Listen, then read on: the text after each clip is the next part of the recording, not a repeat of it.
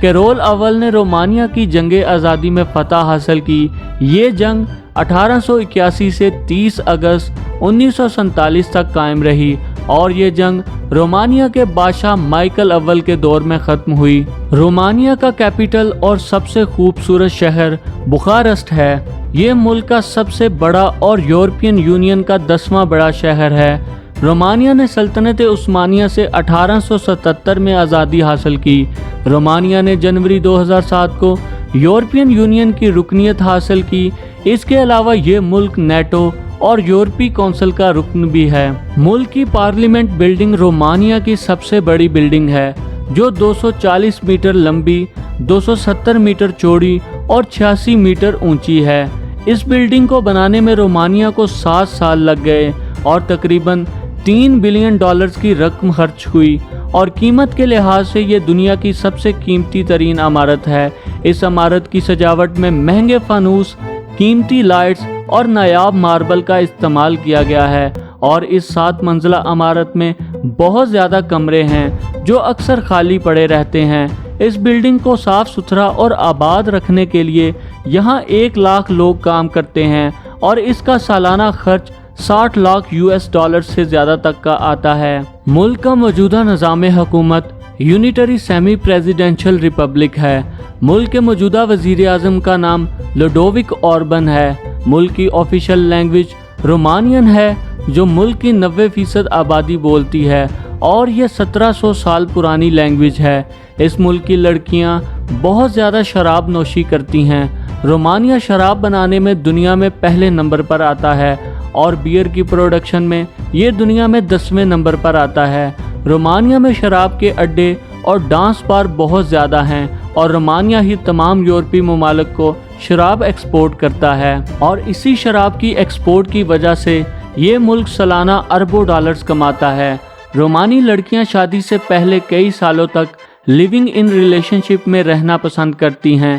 یہاں کی لڑکیوں کی خوبصورتی کی مثال دنیا میں کہیں اور نہیں ملتی، اور رومانیہ میں لڑکیوں کی تعداد لڑکوں سے کافی زیادہ ہے، اور لڑکیوں کی شرح خواندگی لڑکوں کی نسبت کم ہے۔ رومانیہ کا لٹریسی ریٹ 99% ہے، اور یہ دوسرے یورپی ممالک کی نسبت سب سے زیادہ ہے۔ رومانیہ میں 3 سال کی عمر سے لے کر 16 سال کی عمر تک کے بچوں کا اسکول میں انرول ہونا لازمی ہے۔ رومانیہ کا موجودہ GDP $261.86 بلین ہے، اور انفرادی سالانہ مجموعی آمدنی $13,414 ہے۔ اکانومی کے لحاظ سے رومانیہ دنیا میں 57 نمبر پر آتا ہے۔ ملکی کرنسی رومانین لیو ہے، اور ایک رومانین لیو پاکستانی 41 روپے اور انڈین 18 روپوں کے برابر ہے۔ وقت کے لحاظ سے رومانیہ پاکستان سے 2 گھنٹے پیچھے ہے، اور انڈیا سے 2 گھنٹے 30 منٹ پیچھے ہے۔ رومانیہ میں گاڑیاں رائٹ سائڈ پر ڈرائیو کی جاتی ہیں، مگر گاڑیوں کے سٹیئرنگ ویلز لیفٹ سائڈ پر ہوتے ہیں۔